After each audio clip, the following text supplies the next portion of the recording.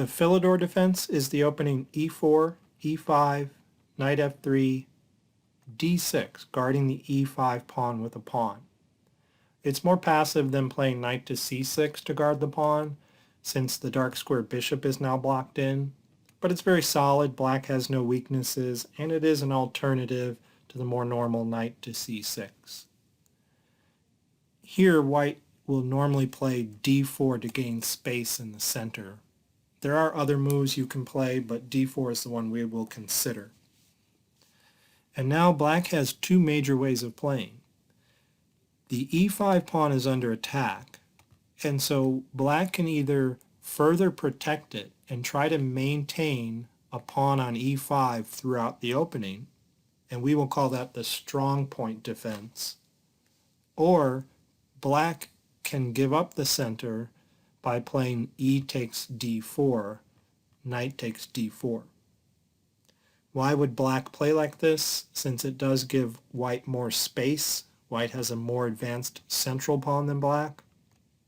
Well, by giving up the pawn immediately off of e5, black no longer has to worry about defending e5, and so he has more freedom for how to develop his pieces in this line. Black can play either way. Let's look at the strong point defense first. So back to the beginning, e4, e5, knight f3, d6, d4. So black would like to guard e5.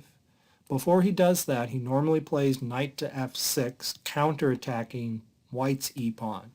White guards with knight to c3, and then black guards e5 with knight b d7. The knight belongs there rather than on c6, where it can either get harassed or white can exchange in the center and take the queens off the board. So black posts his knight on d7 instead. And this is the starting position of most games where black intends to keep a pawn on e5. Play normally proceeds bishop c4, putting pressure on the f7 square. White may play knight to g5 if black allows him to attack that square. But black will play bishop to e7, intending to meet knight g5 with castles. So white gives up on that idea and simply develops. He castles, black castles. Rook to e1 is useful to further support e4.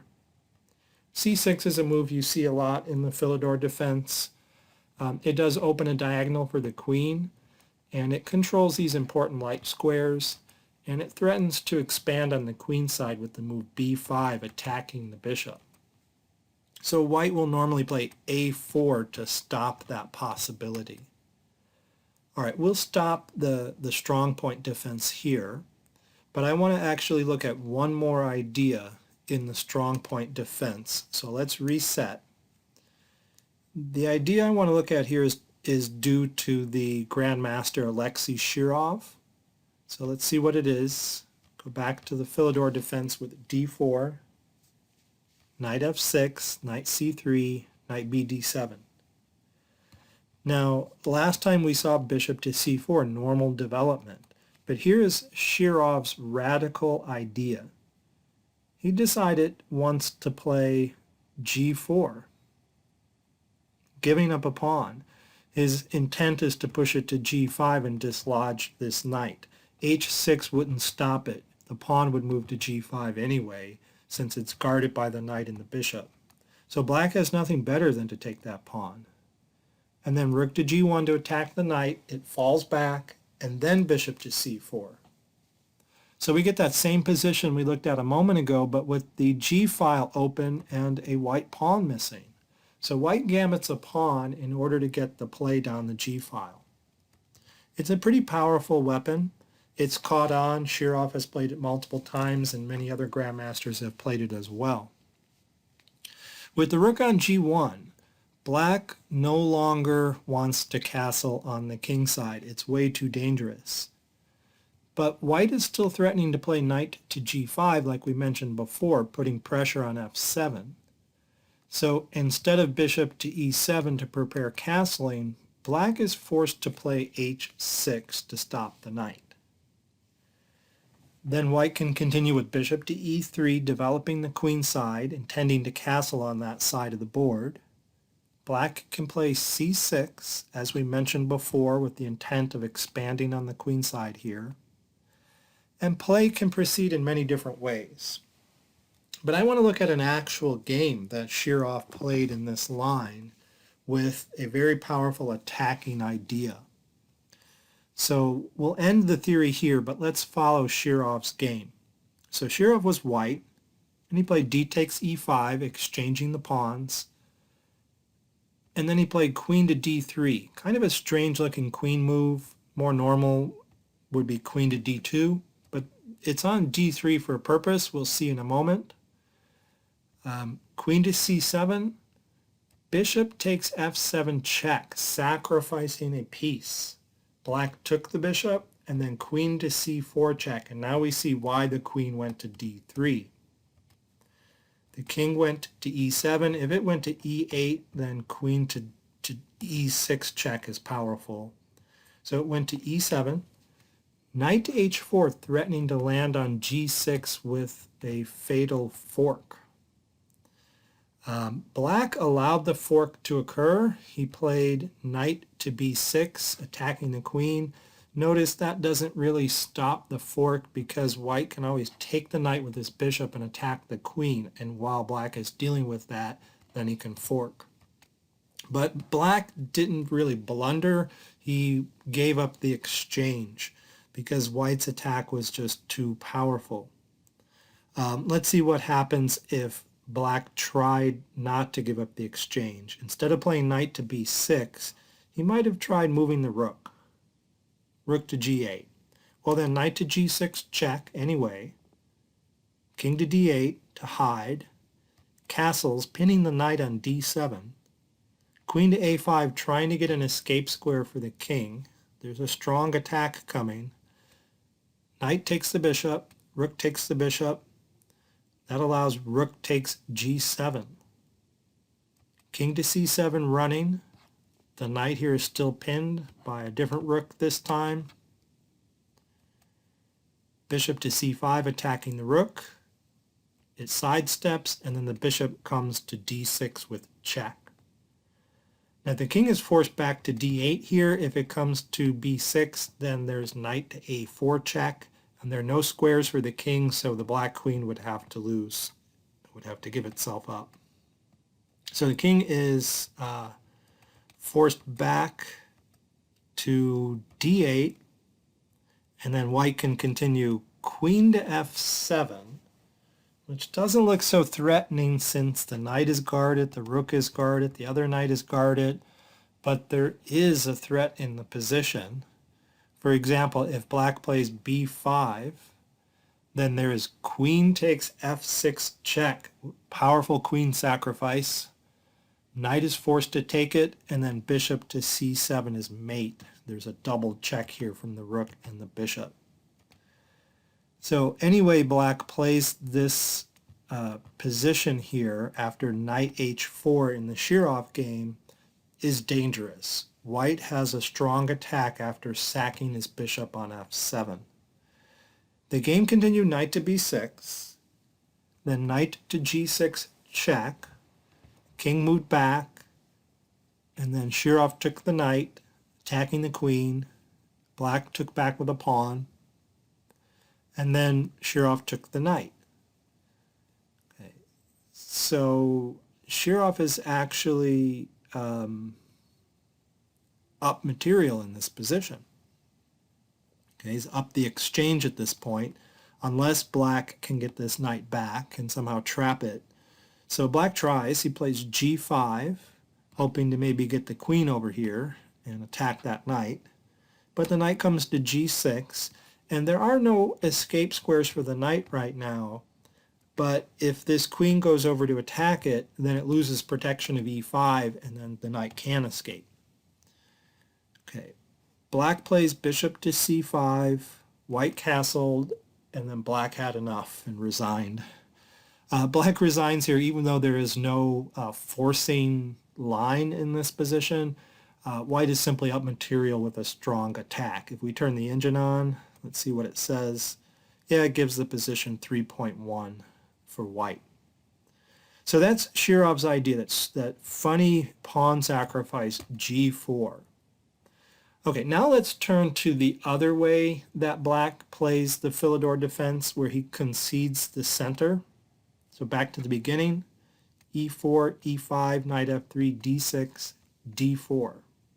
So a lot of players will just give up the center. In fact, let's turn the opening database on Lichess. Yeah, black prefers e takes d4 to knight to f6 about 3-1. So it's more normal to just give up the center and not try to guard the e5 pawn. This gives black a little more freedom for how to place his pieces. So white can take back with the knight. I will mention he can take back with the queen. That's a possibility, but it's not the main line. We won't consider it. So knight takes d4, knight to f6 to attack e4, knight to c3.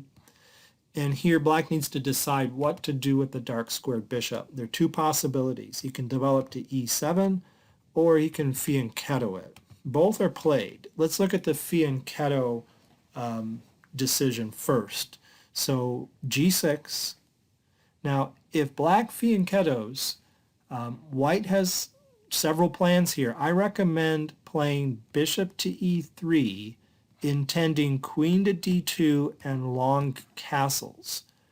And this resembles how you play the Yugoslav attack in the dragon variation of the Sicilian. Remember the dragon variation where black fianchettos their dark squared bishop? So we're going to do the same thing. So bishop g7, queen d2, castle short, castles long. And so white's plan is to attack the king side, and he's got this battery lined up to play bishop to h6 to trade off the dark square defender. White is going to push his h pawn and try to open up the h file, just like in the dragon variation. But this is even better than the dragon variation of the Sicilian for white, because in that dragon variation, black has an open c file to play against the queen side, and he doesn't have that here. So white can get a strong attack by moving his kingside pawns forward. So we'll end that line there. So what you need to remember is if black decides to fianchetto, then play it like the Yugoslav attack with bishop to e3, queen to d2, and long castles. Let's go back to the beginning and look at black conceding the center again, but this time developing his bishop to e7. So now the Yugoslav attack isn't as effective, that idea, because the pawn hasn't been pushed to g6, and so pushing the h pawn doesn't have that hook into the position on g6, and we don't have a battery along this dark square diagonal. We can't put a bishop on h6. So we're going to change our plans here, and I recommend playing g3. Fianchetto your bishop on your king side. Black will castle, bishop g2, rook e8 is a normal move there. Castle short this time. And we'll end the theory there, but I will say that what white is going to do, strangely enough, even though he castles kingside, is normally push his kingside pawns. He needs to keep control of the position and defend with pieces if he does that. But he can push this pawn to h3 and this pawn to g4, for example, to control these squares and maybe attack this black king. This queenside bishop also gets fianchettoed most of the time as well to point at that castled king. So that's a good way to play when the bishop ends up on e7. And the last thing I'll mention in the Philidor defense is some transpositional possibilities. Sometimes black gets into the Philidor by a different move order. For example, if white plays e4, black might play d6, the key move in the Philidor. He may play that before pushing to e5. Why would he want to do that? Well, he wants to avoid certain openings with e4, e5. Like maybe he doesn't want to play against the king's gambit or the bishop's opening or something. So he's avoiding certain openings by playing d6 first. White follows up with d4 normally, and then knight to f6. This is actually called the Pirc defense. P-I-R-C, Pirc defense. Black is attacking e4, so white protects it with the knight. And then black plays e5, and you can see this central pawn structure that we see in the Philidor defense. It's not technically called the Philidor defense until white puts his knight on f3. Now it's the Philidor defense. Now these pieces are all just like you open in the Philidor, but now we have the other two knights out as well. And if black follows up with knight b d7, then you have that starting position for the strong point defense. All right, thanks for watching the video.